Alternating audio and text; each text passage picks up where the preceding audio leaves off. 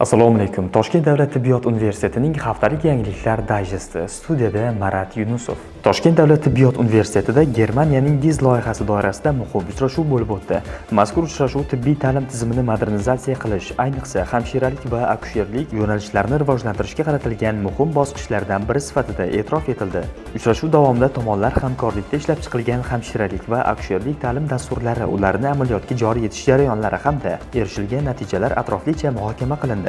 Shuningdek, loyiha doirasida amalga oshirilgan ishlar samaradorligi, o'quv jarayoniga innovatsion yondashuvlarni joriy etish va xalqaro standartlarga mos kadrlar tayyorlash masalalariga alohida e'tibor qaratildi. Tomonlar kelgusida ham o'zaro hamkorlikni yanada mustahkamlash, ilg'or tajribalarni joriy etish va tibbiy ta'lim sifatini oshirish borasida qo'shma loyihalarni davom ettirishga kelishib oldilar.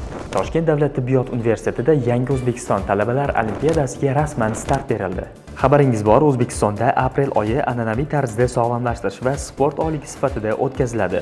Shu munosabat bilan Toshkent davlat tibbiyot universitetida Yangi O'zbekiston talabalar olimpiadasi boshlandi. Mazkur olimpiada talaba yoshlar o'rtasida sog'lom turmush tarzini targ'ib qilish, sportga bo'lgan qiziqishni oshirish hamda jismoniy faollikni keng ommalashtirishga qaratilgan muhim tadbirlardan biri hisoblanadi. Olimpiada doirasida turli sport musobaqalari tashkil etilishi rejalashtirilgan bo'lib, unda ishtirokchilar o'z mahorati, jismoniy tayyorgarligi va jamoaviy ruhini namoyon etish imkoniyatiga ega bo'ladilar. Mazkur sport tadbiri yoshlar o'rtasida sog'lom raqobat muhitini shakllantirish, iqtidorli sportchilarni aniqlash hamda ularni qo'llab-quvvatlashga xizmat qiladi. Toshkent davlat tibbiyot universitetida rektor va yoshlar uchrashuvi bo'lib o'tdi. Xabaringiz bor, davlatimiz rahbarining topshirig'iga ko'ra haftaning har payshanba kuni yoshlar kuni sifatida belgilandi. Shu munosabat bilan joylarda rahbar va yoshlar uchrashuvi o'tkazilmoqda. Kuni kecha Toshkent davlat tibbiyot universitetida rektor va yoshlar uchrashuvi bo'lib o'tdi. Unda universitet rahbariyati hamda talabalar ishtirok etib, yoshlarni qiziqtirgan dolzarb masalalar yuzasidan fikrlar almashildi. Muloqot davomida ta'lim sifati, ilmiy izlanishlarni rivojlantirish, talabalar hayoti va ularning tashabbuslarini qo'llab-quvvatlashga oid masalalar keng muhokama qilindi. Talabalar tomonidan ilgari surilgan takliflar yuzasidan amaliy choralar ko'rish bo'yicha tegishli vazifalar belgilab olindi.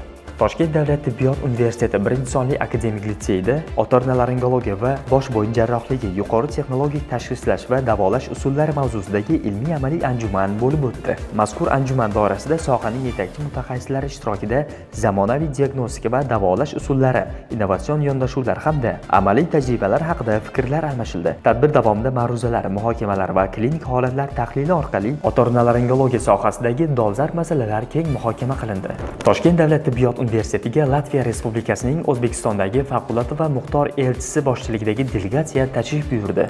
Tashrif davomida mehmonlar universitetda yaratilgan zamonaviy sharoitlar, ilg'or o'quv jarayonlari hamda ilmiy tadqiqot infratuzilmasi bilan yaqindan tanishishdi. Shundan so'ng tomonlar o'rtasida ikki tomonlama uchrashuv bo'lib o'tdi. Muzokaralar davomida tibbiyot sohasida ta'lim, ilm-fan va amaliyot yo'nalishlarida hamkorlikni rivojlantirish masalalari muhokama qilindi. Tashrif doirasida Latviyaning Paula Stradiniya universiteti klinik shifoxonasi bilan o'zaro hamkorlik memorandumi imzolandi. Mazkur hujjat tibbiyotning turli yo'nalishlarida tajriba almashish, qo'shma ilmiy loyihalarni amalga oshirish hamda mutaxassislar malakasini oshirishga xizmat qiladi. O'zbekiston Milliy kino san'at saroyida Amir Temur filmining namoyishi bo'lib o'tdi. Tadbirda universitet rahbariyati, professor, o'qituvchilar hamda universitetning talaba yoshlari ishtirok etishdi.